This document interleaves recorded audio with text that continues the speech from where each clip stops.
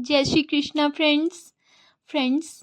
आप लोगों को पता ही होगा कि किसी भी कृष्ण भक्त का मन केवल एक ही लाइन के सहारे जीता है।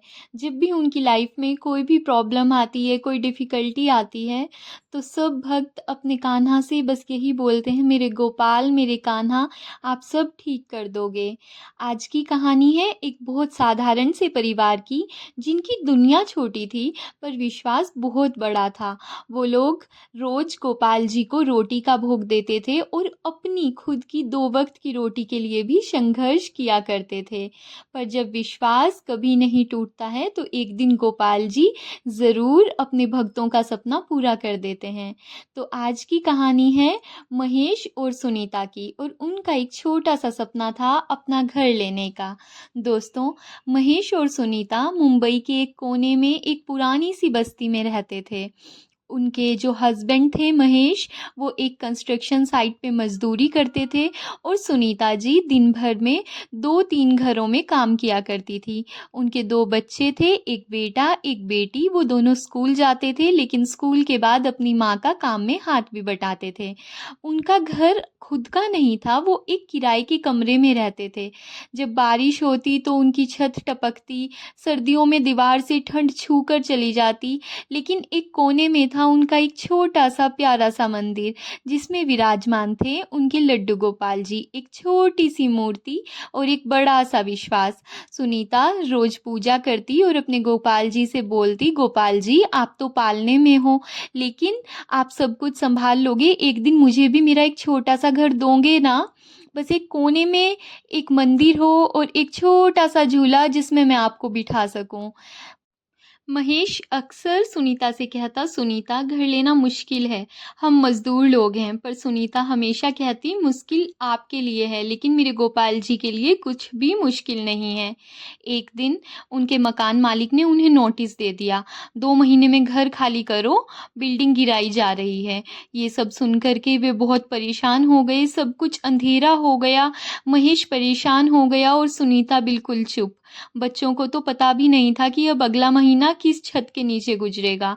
उस रात दोनों ने गोपाल जी के सामने बैठकर सिर्फ एक दिया जलाया और आंखों से बहते आंसू के साथ बस एक शब्द कहा, आप संभाल लेना मेरे लड्डू गोपाल जी। अगली सुबह महेश काम पर गया। उस दिन साइट पर एक नए इंजीनियर आए थे, मिस्टर शर्मा।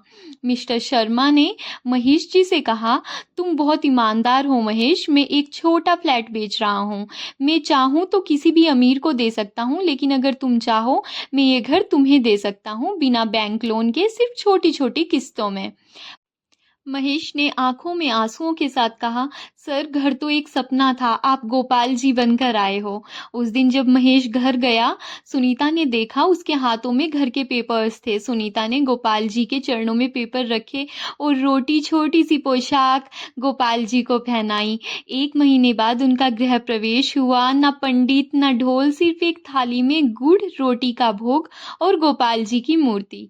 सुनीता ने पूरे घर में पहला कदम गोपाल जी के साथ रखा और छोटी सी चौखट के पास झूला बनाया और कहा, देखो गोपाल जी, आज तुम अपने घर आए हो। उस दिन रात महेश और सुनीता दोनों ने सिर्फ एक दूसरे का हाथ पकड़ा और खामोशी में गोपाल जी का आभार माना। नए घर के बाद सब कुछ बदलने लगा। महेश को एक कॉन्ट्रैक्टर ने अपने परमानेंट स्टाफ में ले लिया।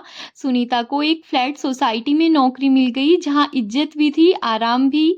उनका बेटा और बेटी दोनों ट्यूशन्स में और अपनी क्लास में, अपनी पढ़ाई में बहुत ज़्यादा अच्छा करने लगे। हर रात पूजा में दीपक जलाकर सुनीता कहती, मेरे लड्डू गोपाल जी, आपने ये जो सब कुछ भी दिया है, आपकी बहुत बहुत बहुत कृपा है, और अब हम रोज आपका दिया जलाएंगे। वो गोपाल जी जिनके रोटी के टुकड़े मिलते थे, आज उनका अपना मंदिर था, नई पोशाक थी, नया झूला था और एक नया घर था। ये कहानी एक छोटी सी मूर्ति के चमत्कार की नहीं है, एक माँ, एक पिता, एक भक्त परिवार के विश्वास की है, जो हर मुसीबत में टूटे नहीं। और लड्डू गोपाल जी ने उनकी सभी परेशानियों को दूर कर दिया और उनके एक छोटे से सपने को भी पूरा कर दिया।